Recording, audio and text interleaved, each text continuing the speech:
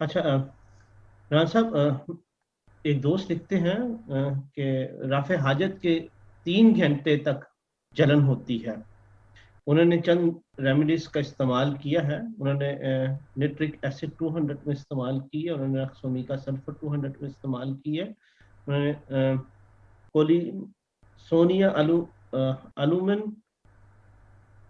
ایشلس اور سرنڈولا پوائنیا 30 میں استعمال کیے. کہتے ہیں کہ ان دوائیوں سے انہیں کوئی آرام نہیں آیا. تو کچھ اس سے مثلا کہ کوئی دوائی تجویز فرما دیں. دیکھیے، رفع حاجت کے 3 گھنٹے بعد ان کو جلن ہوتی ہے، اب یہ کہتے ہیں 3 گھنٹے تک جلن ہوتی ہے. 3 گھنٹے تک جلن ہوتی ہے رفع حاجت کے بعد.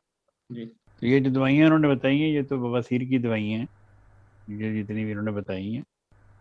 تو اس کا مطلب ان کا بواسیر تو نہیں ہے، پھر تو ان کو ریکٹم کے اندر کوئی مسئلہ ہے. تو اس کے لیے تو سب سے ایزی یہ وے ہے کہ ایک تو وہ دیسی گھی لے کے وہ انگلی کے ساتھ اپنی ریکٹم پہ لگائیں اور اندر تک لگائیں، دیسی گھی. اور آرسینک البم 30 میں دن میں 3 دفعہ ایک ہفتہ کھائیں، پھر اگلے ہفتے کو بتائیں آپ.